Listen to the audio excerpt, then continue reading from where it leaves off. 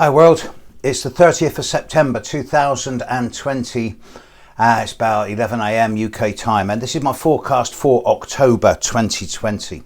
Now, it's going to be a bit freeform, alright? You're going to have to trust me on this one. A number of people have emailed me in recent days. Most of them have been very, very helpful and complimentary.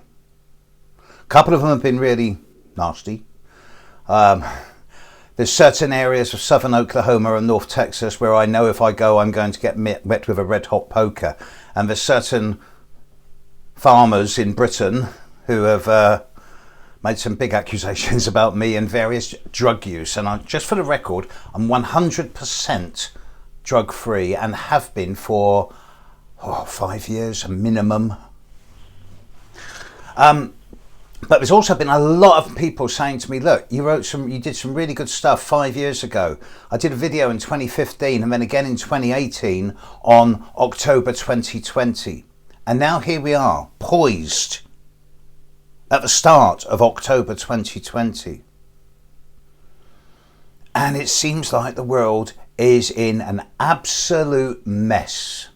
I deal with clients all over the world, different continents, different countries.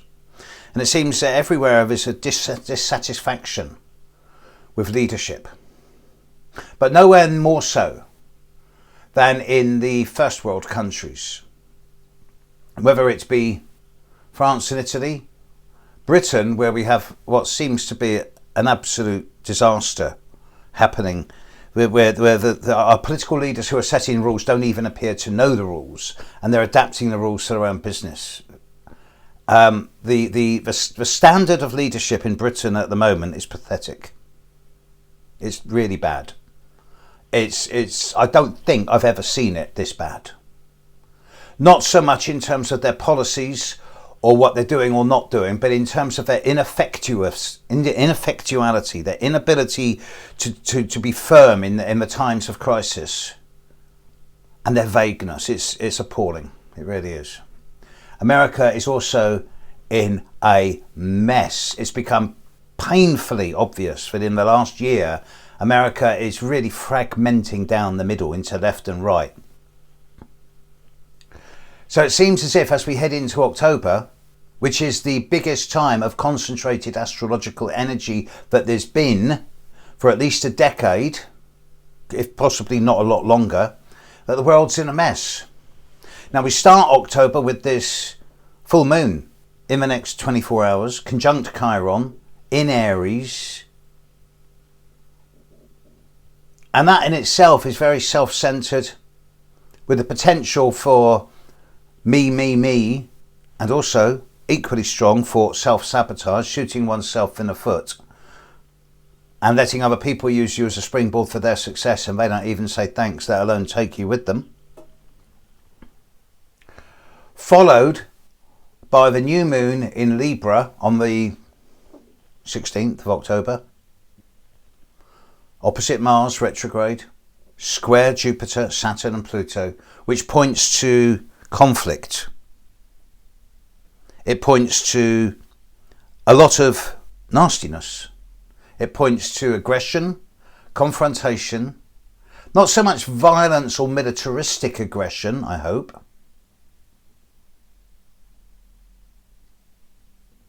But it's certainly the most difficult new moon I've seen astrologically for a number of years. This is then followed on October the 31st by the full moon in Taurus, exactly conjunct Uranus. Precisely. Suggesting radical developments in a very short and concentrated space of time. Now there is plenty of good news coming immediately after this, and I will address that in a minute. But let's stay with October for the moment. I was correctly castigated by people when I said in May, June that Boris Johnson would not be Prime Minister much longer, that he'd be gone within a few months, and here he is. But I still get regular people saying to me, look, he's not going to be around much longer, and some of these are people who are in the know. And I just feel that he's bored, he's tired, he can't do what he wants, and he's feeling very, very frustrated. I really don't think he's going to be Prime Minister much longer. And there are no obvious candidates to replace him. There is no strong leadership in the party that's currently governing Britain. With America, I said many years ago, 3.5 years ago, that I'd be astonished if Donald Trump were to see out his full term. And a number of people have castigated me again, saying, well, he's doing all right and he's still there.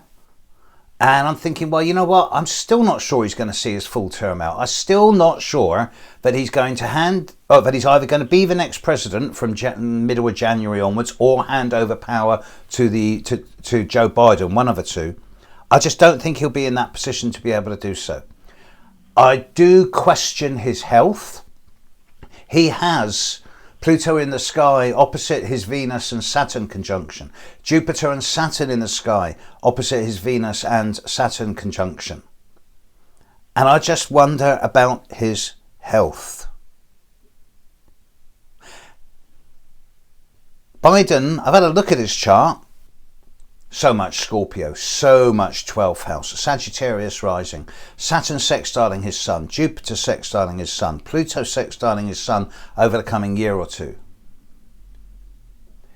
Astrologically speaking, Biden is in a very good space. Biden is open about his son's drug use.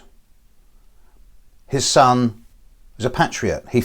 One of his sons is a patriot. He fought for America in the wars. The other son has a drug history. As far as I'm aware, Biden has published all of his tax returns.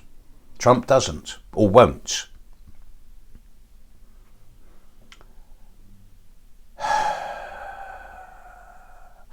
The polls, after last night's election and debate, not so much the polls, because you can't trust them, but the bookmakers, the betting indices all around the world have moved a further 3 points towards Biden and away from Trump after the the raging argument they had in public last night, which was appalling. It was such a poor representation of what America's like. I mean, America is a fantastic country. I've been there 4 or 5 times. I love it. The people are so warm, generous, big-hearted, and most of the American people I deal with, and I do credit them of being intelligent, because they are, regardless of their politics, they're ashamed of the state of the political status in America at the moment, because it is so divisive, so internecine. They're being so horrible to each other, and there's no sign of compromise here. So whoever wins, they're going to be governing a fragmented country. Now, it's not only all of this the stuff around the moons in October. There's also a Mercury retrograde.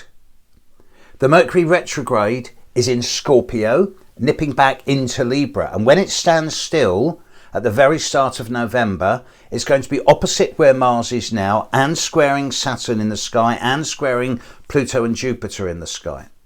So the period from now through to the start of November is messy, and we're not going to get clarity. There are going to be no outcomes. There will be no answers. But Mercury stops going retrograde around the 3rd of November. It clears Mercury retrograde shadow towards the end of November. Mars stops going retrograde around the 14th, 15th of November, just before the new moon.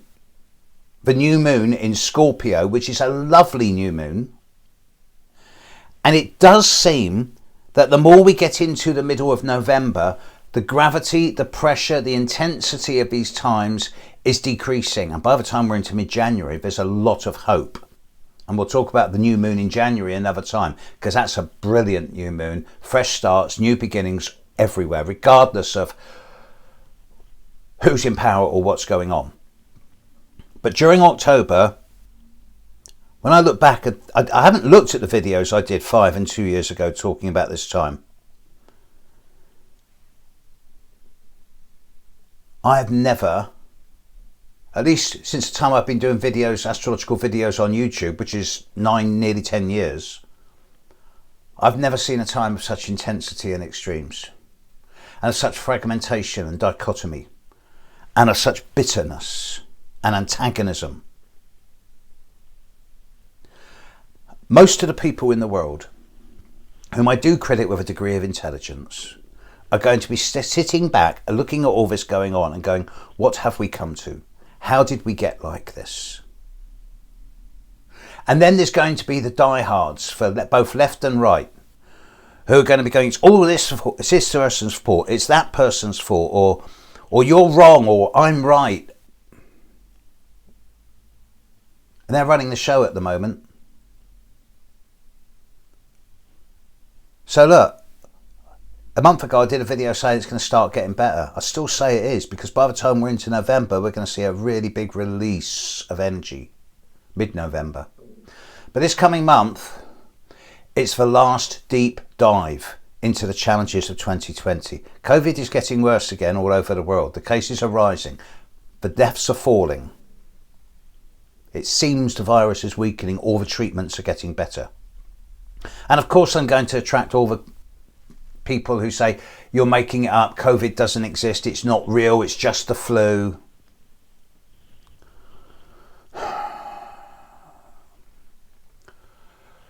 I live in the world that I believe is real, and that the vast majority of my friends and clients believe is real. The silent majority. October is a month where we all have to, metaphorically, gird our loins. We have to be resolved, determined, and deliberately choosing not to let our buttons get pushed. Deliberately choosing to walk away from confrontation and argument, and deliberately choosing to remain as centered and as calm within ourselves as we possibly can. Because if we're going to blow it as a species, it's going to be this month. October 2020. The time that changes everything. And the world is going to be in a very, very different space in 32 days from now. I'll try and do as many daily forecasts as I can over the coming month. And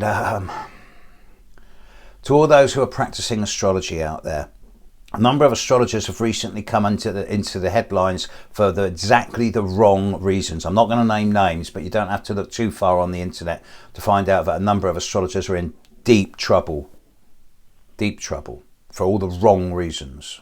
And they're a disgrace to our art. If you're going to push your astrology in the coming month, you need to have thick skin. Practice being Teflon coated, all of you. Grow thick skin, because it's the only way you're going to get through this, and let everything skid off of you. Don't let your buttons get pushed. Catch you later, world. Bye.